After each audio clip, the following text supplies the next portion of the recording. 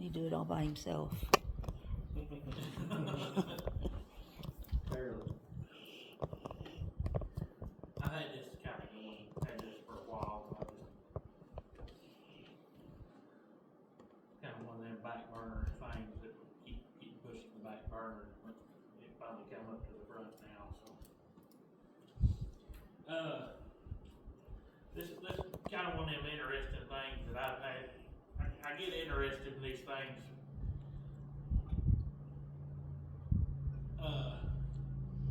What brought this to my purview is I'm sure you've watched.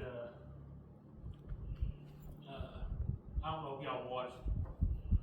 What's the guy's name? Asking my wife here for a little. A little more detail, please. All the show we just watched the other night. The Warren Jeffs. I'm sure y'all heard of him. You don't know who Warren Jeffs is? Oh, The Mormon guy out in Utah. He had a Mormon. I won't call it a cult. He was supposedly a prophet out there. If you haven't seen the deal, it's sad the way that this went, but I think that one was on Netflix. it was on Netflix, I think. But Matthew 7, verse 15. Watch out for false prophets. They come to you in sheep's clothing, but inwardly they are ferocious wolves. But their fruit you will recognize them. Do people pick grapes from thorn bushes or figs from thistles? Likewise, every good tree bears good fruit, but a bad tree bears bad fruit. A good tree cannot bear bad fruit, and a bad tree cannot bear good fruit. And what this kind of brought this around was this. We was watching this documentary on him. It wasn't exactly on him, but it was somebody that came in after him. And this gentleman, this Warren Jeffs had done went to prison. And it's amazing that after this guy, this Warren Jeffs proclaimed to be a prophet, and he was a prophet of God. This was his own way, and it's amazing how these people, and we're not talking only just these little girls, but this man had these men and grown men and grown women believing that this is the only way to get to heaven, but after they seen that he went to jail and all this stuff, that there was somebody come in behind him and pulled the same scheme. And the thing come in my head. Fool me once, shame on me. Fool me twice.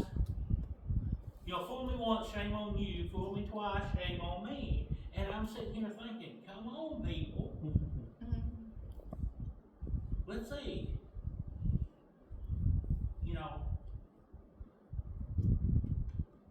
Wake up.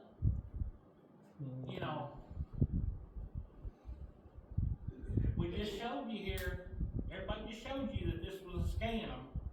He done all this bad stuff. This has got to be bad here. All these people left, and and all these people left this thing, and then they all come to light, come to their senses, and got to realizing, hey, this was bad. But then it got to realizing, and I got to kind of looking and poking around, and got to realizing how many people out there this all over the world. Mm-hmm. And I'm like, I did not realize how many of these people there is all over the world that's pulling this, and getting by with it. I did not realize there is that many people starving for God. And I'm sitting here thinking, you're starving for, it's so easy to get the Word of God. But it's so easy. There's so many churches. And they're just looking for there's so many people looking for so many answers. And it's just like they believe anything. Mm-hmm. And I just can't believe that it's just unbelievable. I mean, it just blows my mind that some of these people believe some of this stuff. They're just that gullible, I guess you might say, that they believe that, oh, here, take my daughter, she's 8 years old, go marry her. You know, I can't fathom that. You know, I just can't, I just can't wrap my here, take all my money so I can get to heaven. You know, I just can't, I don't know how people come up with this in their head, that's the only way to get to heaven. When there's a book here that tells you a step-by-step guide that all you have to do is repent and give your heart and soul to God and believe in Jesus Christ. And that's all you have to do, and believe in Him wholeheartedly, and don't try your best not to sin, and it's yours. Go to church on Sunday and try to live your best life, and love one another, and try not to do wrong. Try to live the best you can to the 10 Commandments, and it's simple. And really, I mean, it ain't simple, but it is simple. I mean, it's simple. I mean, life's hard, but people want to make it hard. I just don't. But we want to make it hard. But yet, people just want to go out and, I guess they're just craving a cult-like atmosphere.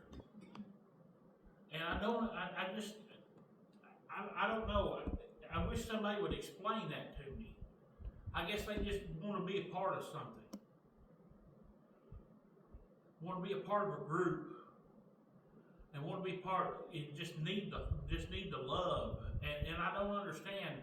And I don't know if the church, I'm not talking like, I say the church, I don't know if, I'm meaning, if churches today, if most churches are just like not giving the love that they used to, and not showing the love that they, and are inviting the people in like they should. I know our church invites everybody in and is welcoming and hugs everybody and come on in and, but I mean, every other church, but I don't know why. I don't know if the Christian church is not doing that, and that's why they're going to this other extremist groups. I'm gonna call them extremist groups. That they're going to this kumbaya, let's go sing around the dance fire and share our wives and have 20 other wives and let's follow David Koresh and all this other stuff. I don't know why we're doing that now. When it's so simple that we've got a book here that is so simple. I mean, it's not simple but it's simple. It's fundamentally easy to follow. I mean, you've got the simple rules here. Follow Jesus, do as he says, give your heart and soul to him. The ticket's there. I mean, it's pretty simple. I mean, I think it is. I mean, am I wrong? I mean, I haven't ever asked nobody, give me all your money. Give you your firstborn kid, you know. Give me your dogs. No, I don't want no more dogs, sorry. No. My dog, my wife would want me. I asked her the other day for another blue heeler and she said no. I don't want another blue heeler. Even Aunt Angela said no. I said no. I don't want another blue heeler. I done told my wife, I've had my blue heeler. I've had my blue heeler. I wanted one. I've had her. No more. Ours is defected. But no, I tell you, it just really blows my mind. When I watched that show, I was just so, and we watched another show that was after that about this place down in Africa, and they're in South Africa, and they were basically on the same way, and I'm like, do you not see how this turned out in America? You know, they took all their kids and the parents, you know, they went in there, the government went there and took all their kids and, you know, and I'm like, why would you put your kids through all this? And this guy that in Utah there that took over after Warren Jeffs, he told him, you know, this man and this woman went in there and they went in undercover, kind of say, because this guy, he wanted to be filmed. He was one of them arrogant type that wanted everything on film. And he went in there, but he said, no, I don't want no pictures of me with the underage kids because that's how they got Warren Jeffs. He knew that he was doing wrong.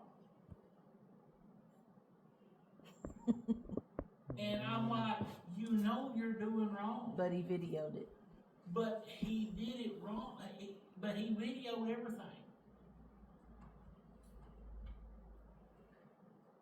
And I'm like, you know you're doing wrong in the eyes of the law. And you know you're doing wrong in the eyes of the Lord because you've got a Bible here. If you're so in tune with the Lord, you know you're doing wrong. If you're a prophet of the Lord, you know you're supposedly a prophet of the Lord, you know you're doing wrong.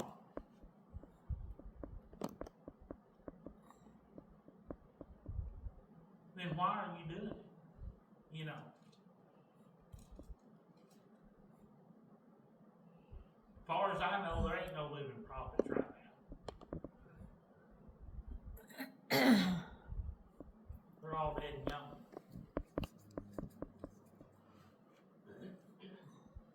But who knows? I might be wrong.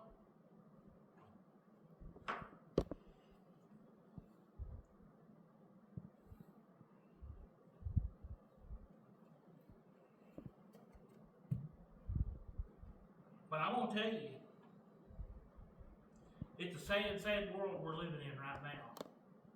And there's a lot of false prophets out there right now.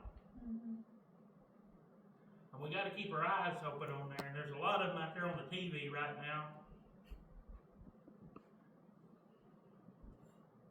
that's real quick to stick out there. And you see it, of course, you've all heard of them. I'm sure you've all seen them out there on TV. Heard them on the radio. You can go down the highway and turn them on the radio, and they're all out there. Of or send me your money and I'll pray for you. The real people don't need no, real preachers don't need no money to pray for you. Prayer's free. It don't cost nothing for prayer. Lord don't need nothing for your prayers.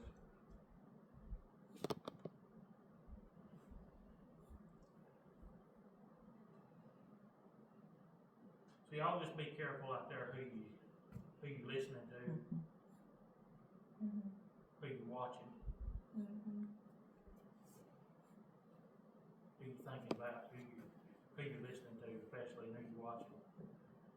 Cause some of them there's a lot of silver-tongued devils out there. I can name a few, but I'm not gonna get no names. Some of them's got big jets, big houses. But anyway, that's all I've got today. Y'all just be careful with who you listen to. Watch out for those false prophets. Got a funny story about that. I had a kid I work with recently purchased a house, bought a brand new truck. And, they found out they'd had a baby on the way, so he got nervous, decided he needed to sell a brand new truck so he didn't have so many payments. Put it on market